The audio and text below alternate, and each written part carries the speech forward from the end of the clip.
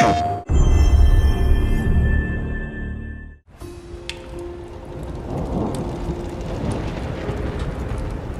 quite the storm we're having. Seems Fimbulwinter's here to stay. It will pass, though.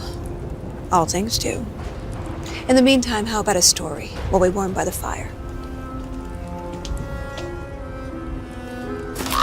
Those filthy spies. That old man sees more now than he did when he had both eyes. Ah, one of my favorites. It's a story of adventure. A father and son working together to overcome insurmountable odds, setting in motion the greatest war the 9 realms have ever seen. I'm getting a bit ahead of myself. Let's start from the beginning. There once was a god from a far-off land who settled in Midgard, disguised as a man. He started a new life, had a wife and a boy. They were happy together. In peace, they found joy. His wife passed away. Kratos mourned with his son. But where one journey ended, a new had begun. Faye's final request, though it seemed rather bleak, spread my ashes atop the 9 realms' tallest peak. As they readied themselves for the long road ahead, a stranger accosted them in their homestead. Baldur sought answers as Odin's hand. Kratos gave none to the Aesir firebrand. They made way for the mountains. Kratos taught the boy skills, keeping godhood a secret but training to kill. Gods were always in danger, this Kratos knew, but secrets, he'd learn, could harm the boy too. They found Mimir in a tree, punishment for his wrongs, so they lopped off his head, and they brought him along. Mimir held ancient wisdom and knew the lost god of war. He warned, "Tell the boy," but Kratos ignored. No, now hold on a minute. Is that all that's in there about me? Something to add? Actually, yes, I do. You see, Odin, in all of his dreadfully paranoid wisdom, trapped me in that bloody tree for perceived wrongs, and I led quite the colourful life before even meeting him. It all started when I was just a lad in the service of a great fairy king. Riveting stuff, really. We'll have to get back to that later. No, don't turn the page. I wasn't finished. If Mimir were telling the story, we'd be here all day. Anyways, they met Freya, masquerading as a witch in the woods. A god knows a god. She would aid where she could. She cautioned, "You must tell your son he's divine." But Kratos dismissed her. He'd regret this in time. On the road, Baldur's allies, Thor's sons, attacked. Something snapped in Atreus as he tried to fight back. The Aesir lost the battle, but Atreus fell too. Kratos rushed him to Freya. She would know what to do. Freya was disheartened with the father's neglect, but with the heart of Hell's troll, she could save his son yet. Kratos thundered through Helheim and slew the great troll. He had captured its heart, but in his, burned a hole. He returned with his offering.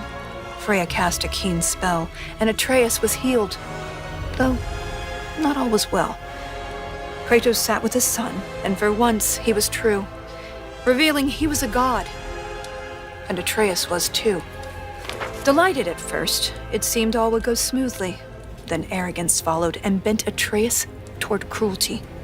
With tensions flared, Baldur preyed on their discord, casting back into Helheim Kratos and his ward. In Helheim, they learned Freya caused Baldur's plight. His mother's ill-conceived curse robbed his life of all light.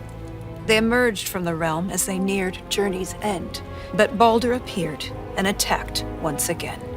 Atreus and Kratos were ready this time, stronger together with their power combined.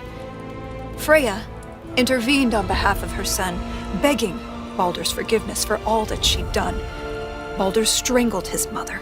Kratos lunged with a snap. Baldur slumped. Freya wailed. And he died in her lap. Something changed in the world. Snow started to fall. The dawn of Fimbulwinter. The dusk of it all. Atreus asked, Is this what it means to be gods? Killing our parents forever at odds? No! Kratos bellowed as he dropped to one knee. We will be the gods that we choose to be. Finally, together, they reached the Great Peak, finding Jotunheim's temple, the giants' retreat.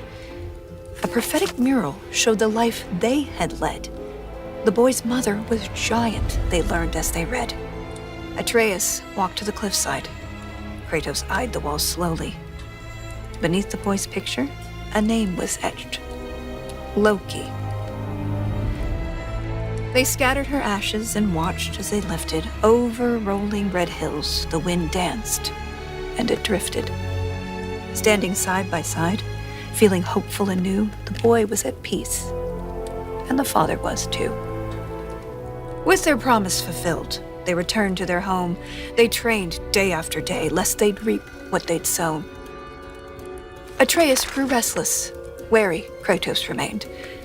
Ragnarok loomed as the great winter waned. Don't tell me you're thinking of stopping here. Things were just getting good. Well, I suppose we could go on a bit longer. An excellent idea. This is the most dramatic part. On second thought, perhaps we'd better cut it short. It seems that we're out of time. If you want to know how this story ends, I'm afraid you'll have to find out for yourself. Until then.